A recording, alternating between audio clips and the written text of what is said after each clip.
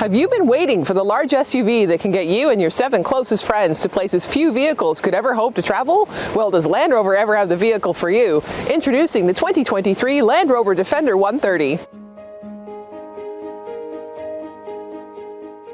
3 years into the life cycle for the new Land Rover Defender, the Defender 130 returns to the lineup, providing seating for up to 8 occupants to enjoy the Defender's capabilities.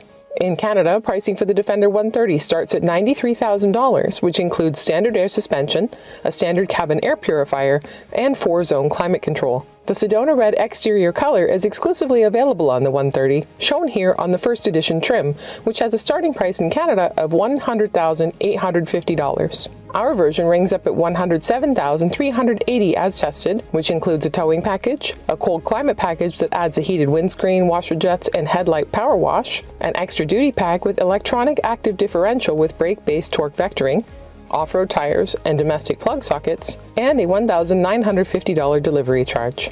To be honest, we were expecting the wallet damage to be a little deeper, and the Defender 130 comes across as well equipped for the price point.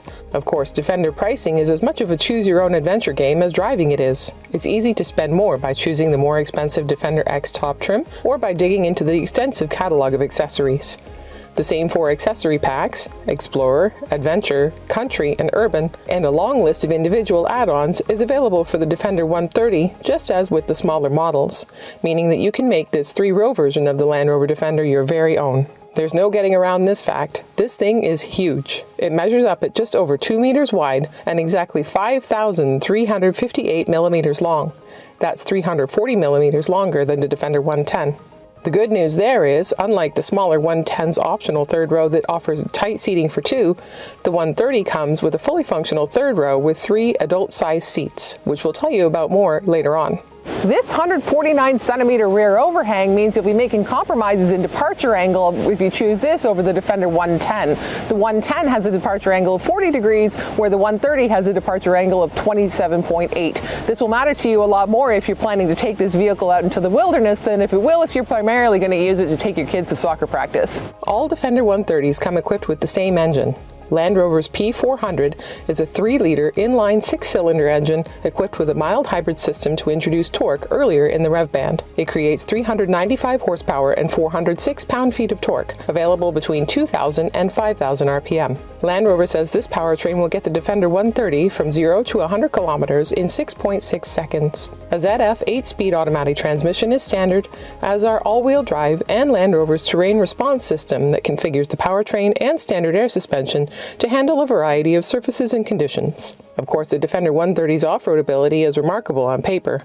Ground clearance measures up at 29 centimeters, and that air suspension allows articulation of up to 43 centimeters, while 7.15 centimeters of additional lift at the front and 7.35 centimeters at the back add height during off-roading to help clear obstacles. This added height also helps in wading, where the Defender 130 can ford up to 90 centimeters of water. That said, we focused our testing efforts on the environment where this vehicle will spend the most time, which is on suburban roads and highways. In this context, the Defender 130 gets going smoothly, while the ZF transmission ably handles sifting through the gears, all of which come together to inspire confidence. This is in spite of the vehicle's ample curb weight, which measures up at more than 5,500 pounds or 2,500 kilograms. With all this heft, you'll find the physics of weight transfer demand your attention in this SUV more than most, thanks to its top-heavy nature and the side effects of that off-road capable suspension.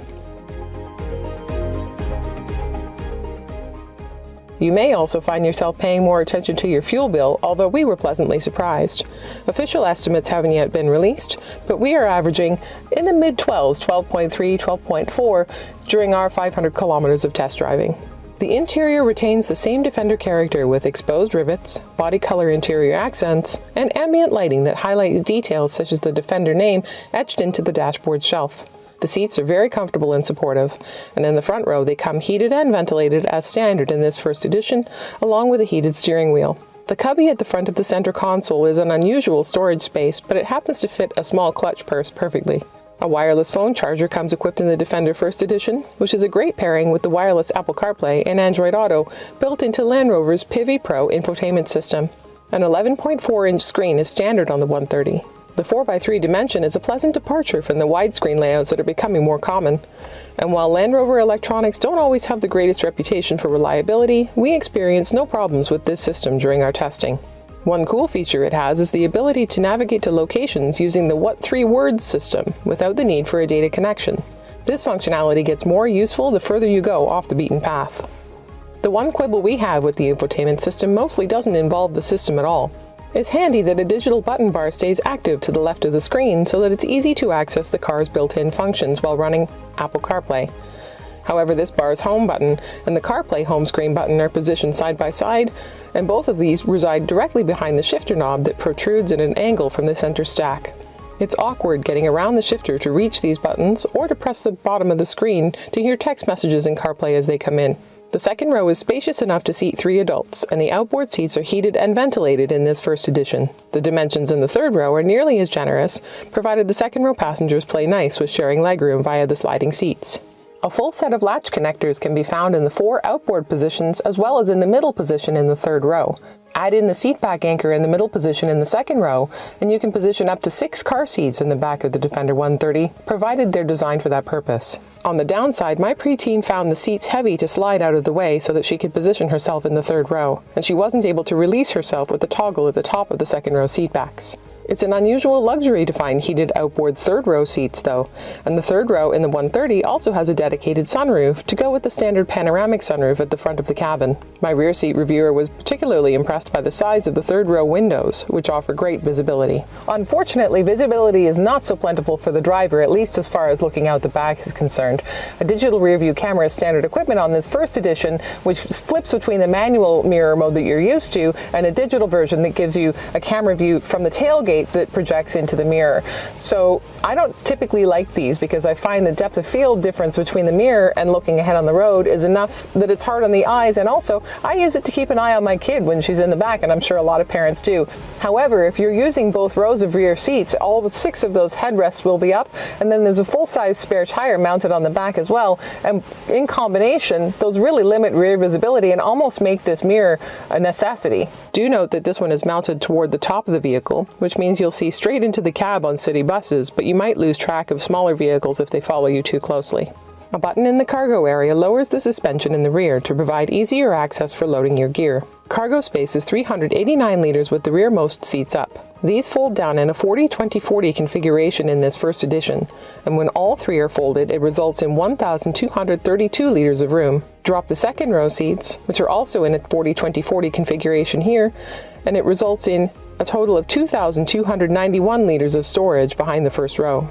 It's massive, it's heavy, it's a study in automotive excess juxtaposed with rugged intent. Nonetheless, it's very well executed, and while the smaller Defenders have plenty of competition to measure them up against, the Land Rover Defender 130 is unlike almost anything else on the road.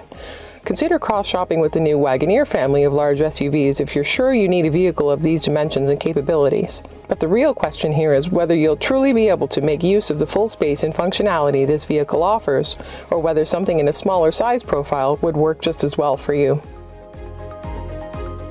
For Driving.ca, I'm Stephanie Wallcraft. For more large SUV reviews and other reviews, check out our social media channels and hit the button to subscribe.